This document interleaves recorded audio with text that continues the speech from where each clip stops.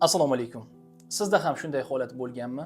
Ichingizda buni qilma, bu ish noto'g'ri degan belgi, signal, ichki ovozlar, mana shunaqa ovozlarni tinglaganmisiz? Va bu ovozlarni tinglab turib, baribir mantiqqa ishongan holatda harakat qilib, oxirida oldin sezgandim-ku, mana shunaqa holat bo'lishini ichimdan o'tkazgandim-ku deb pushaymon bo'lganmisiz? Demak, siz intuitsiyani, ichki ovozni tinglashni bilmaysiz. Bugun aynan intuitsiya haqida siz bilan suhbat olib boramiz. E'tibor bering, intuitsiya bu nima? Ko'pchilik tomonidan kaminaga beriladigan savol, intuitsiya bu ichki signal. Ya'ni kim sizni hayotingizda oldindan bo'ladigan qandaydir yaxshi emas voqelik yoki yaxshi voqelik haqida sizga beriladigan signal hisoblanadi. Intuitsiya bu sehr emas. Deylik, ko'pchilik o'ylaydiki, intuitsiya bu sehr, jodu deb o'ylashadi. Hech qanaqasiga intuitsiya sehr emas. Bu shunchaki bizni ong ostimizni ichki tahlili xolos. Masalan, deylik, bizni ong ostimiz minglab insonlarni, minglab vaziyatlarni, minglab holatlarni ko'radi, tajribadan o'tkazadi va analiz qiladi. Aynan ichki ogohlantirish desak, mubolag'a bo'lmaydi intuitsiyani. Hayotimizda bo'lgan-ku, biron bir ishni qilishdan oldin ichimizda qandaydir yo xursandchilik bo'ladi, yo g'ashlik bo'ladi. Xursandchilik bo'lgan paytida o'sha ishni qilishingiz sizga katta daromadlarni, katta imkoniyatlarni ochib beradi. Lekin ichkarida g'ashlik bo'la turib, baribir ichki ovozni nazar pisand qilmasdan, mantiqqa tayanib harakat qilishingiz muvaffaqiyatsiz amallarni oshishiga, ko'payishiga sabab bo'ladi.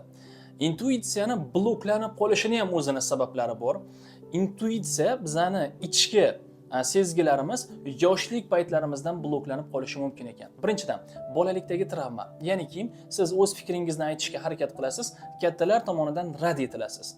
Jim o'tir, sen hech narsani bilmaysan, biz bilamiz, sen hali yoshsan. Va natijada ichki sezgilar mana shunday qilib yopiladi. Ikkinchidan, jamiyatni bosimi. Biz qanchalik ulg'ayib, mana shu jamiyatda yashab, harakatimizni davom ettirar ekanmiz, bizda hissiyotlarga tayanib emas, aqlga tayanib harakat qilish jarayonlari boshlanadi. Ya'ni ichimizda sezgi keladi, intuitsiya. Lekin mana shunday paytda jamiyat bizga mantiqni tanlaysan, aqlni tanlaysan, mana shu yering bilan qaror qabul qilasan deydi va natijada ichki sezgilarga e'tibor bermasdan hayotimizni noto'g'ri qarorlar bilan yomon holatga keltirib qo'yishimiz mumkin ekan. Uchinchisi, qo'rquv. Aynan intuitsiyani yo'lini yopadigan jarayon bu qo'rquv hisoblanadi. Intuitsiya bu insondan o'zgarishni talab qiladi. Masalan, deylik, siz bir ishni boshlamoqchisiz, tadbirkorsiz, ichingizda g'ashlik bo'lyapti. Hamkor bilan gaplashdingiz, lekin unga ongingiz ishonyapti, unga foyda olishingizga, daromad olishga, lekin qalbingiz ishonmayapti. Ichkarida unga nisbatan shubha gumonlaringiz bor va bu ichki sezgi.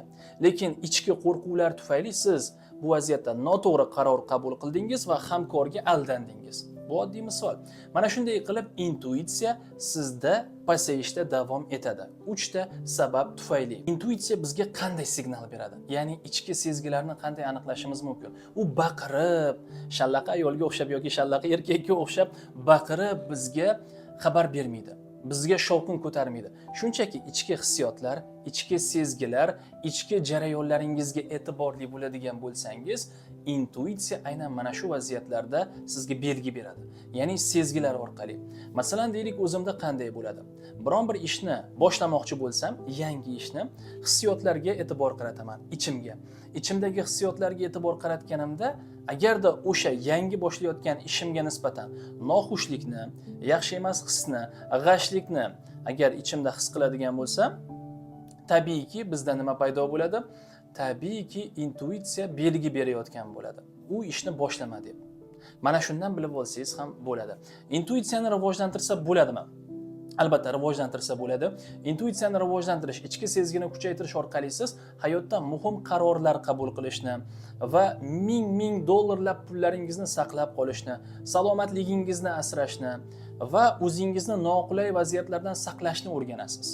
Chunki siz oldindan sezasiz, hissiyotlarga tayanib qaror qabul qilasiz va buni asnosida, ya'ni ichki sezgilarga demoqchiman, hissiyotlarga emas, sezgilarga tayangan holatda qaror qabul qilib, hayotingizdagi muvaffaqiyatsiz vaziyatlarni oldini olishingiz mumkin.